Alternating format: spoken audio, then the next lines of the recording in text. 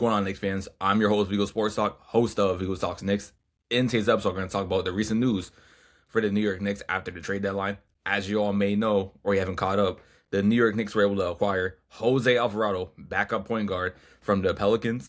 He's a small point guard, 5'11", 6 foot, really good defender. He's known for his signature moves, hiding in the corners, stealing the ball. He's a pretty good shooter, shooting maybe 37% from three. If you need him, he can score maybe 10, 15 points. He's a great backup point guard with McBride out until playoffs. Until further notice, we don't know how long yet, but they're saying until April. So hopefully by playoffs start, we should have him. With him having after the trade deadline, this is huge for the Knicks. We desperately need a backup point guard that brings a lot of toughness. He's from New York. He was a Knicks fan growing up, and as a fellow Puerto Rican, and he's Puerto Rican, it's great to have a person in the same culture play for your favorite team. So we just, like I said, we needed a player that could bring a lot of toughness. If we know Jose Alvarado, he's a very tough guy. Like I said, he's from New York, so you know how people from New York are. He could play under pressure. He played under Christ King High School, a very good high school for basketball players. You see him fight Mark Williams and other players. And we just needed that type of player to bring the Knicks back, because as a fellow fan, you can see how soft they are sometimes, especially at the Draymond Green situation where nobody stepped up for Cat after Draymond committed a hard foul on Cat. And then the Mike Brown dive him up after a game. You just need a player who's there to back up your teammates. And Cat, yeah, he could be soft sometimes, but he has your back. He can have your back sometimes. If he sees something happening, he'll step up. So we just need more players like that with the team. So it was great to have him. And shout out to Leon Rose, GM of the New York Knicks. So this is how the trade started. Gershon Yabusele, we all know how he hasn't been great for the Knicks. So we traded him to Chicago for, I believe his name was Dalen Terry. He's a backup wing guard. He wasn't getting too much playing time with the Bulls, so they put him in the trade. I looked at his highlights. He was actually pretty solid for someone who doesn't play often. He could defend. He could shoot sometimes. But he was not going to play under Mike Brown. So Leon Rose, what he did, he sent, when we got him from the Yabusele trade, we sent him to the Pelicans and 2 future second-round picks to acquire Jose Alvarado. And also, the Pelicans literally waived him like a day after. So we basically got Alvarado for free for a player like him. That is crazy. And the fact we basically got him like that is huge. A lot of people complain about Leon Rose, saying they always complain about Cat, Bridges, because the fans, they're so quick to switch up sometimes. I'll be honest. But you gotta give a huge shout out to Leon Rose for what he has done for the Knicks organization.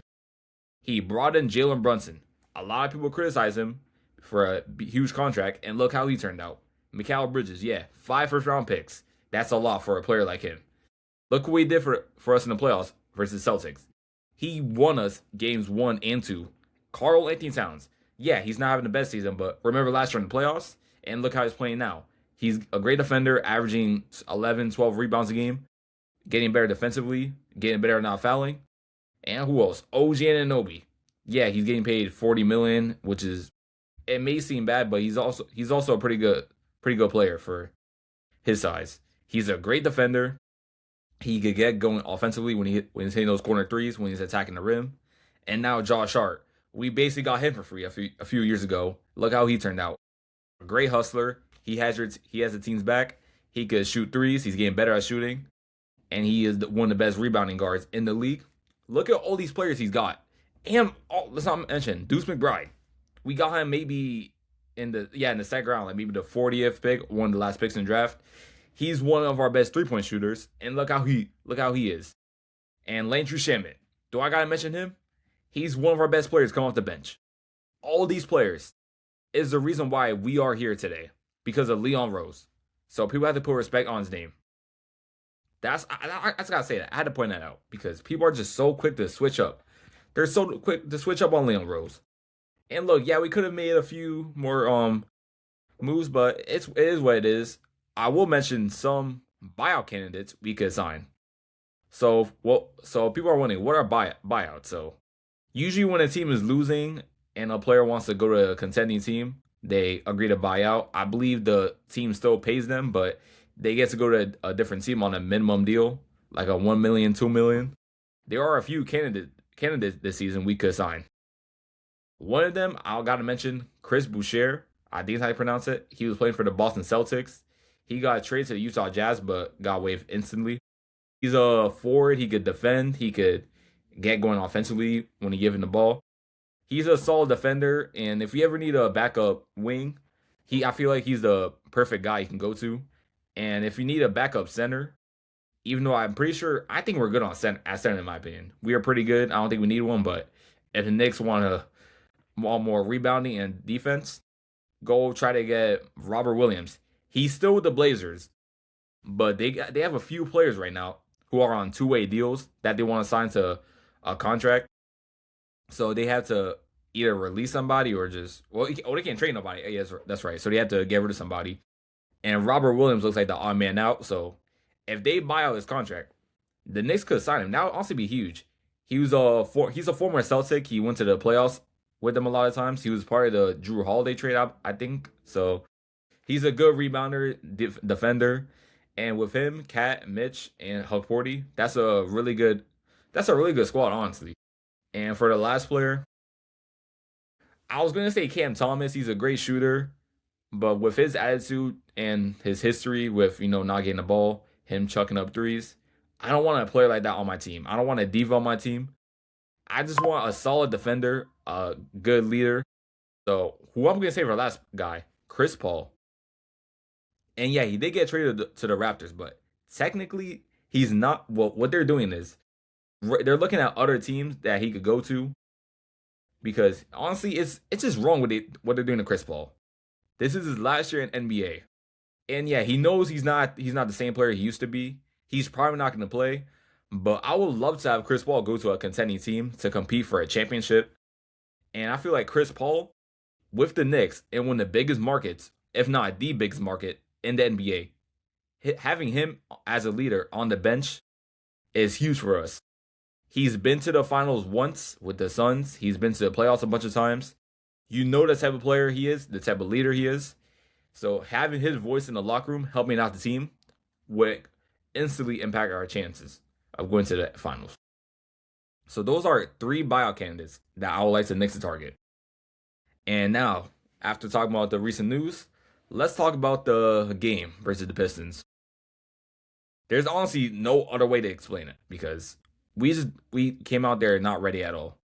We were shooting bricks out there. We couldn't get nothing going offensively. We had a pretty decent start, and we just could not hit our shots. We just couldn't hit our shots. And the Detroit Pistons, they took advantage. They kept hitting their shots. We had a lot of chances during the game where we could have extended the lead, especially early in the first quarter, maybe the first 5 minutes. But we had no OG or Cat, McBride, and no Alvarado. Like I said, he's still going through the physical, so usually you wait maybe 2 or 3 days. The trade went through on Thursday, I believe, or Wednesday. It was the last day of trade deadline, so maybe Thursday. He could be playing tomorrow as I'm recording, the Boston Celtics. And if he does, that'll be pretty huge for us, because I can't wait till he plays the MSG. I just can't wait. I just imagine, as a kid growing up in New York, watching the Knicks, his favorite player, Carmelo Anthony, who's also Puerto Rican. The fans are going to go crazy.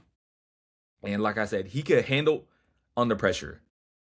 And we, as a lot of people know, playing in a big market, under pressure in playoffs when you have to win the game on the line, it's a lot of pressure on you. And if you mess up, it's going to haunt you for basically the rest of your life. And Alvarado, he's not scared. He is not scared. He's one of the toughest NBA players.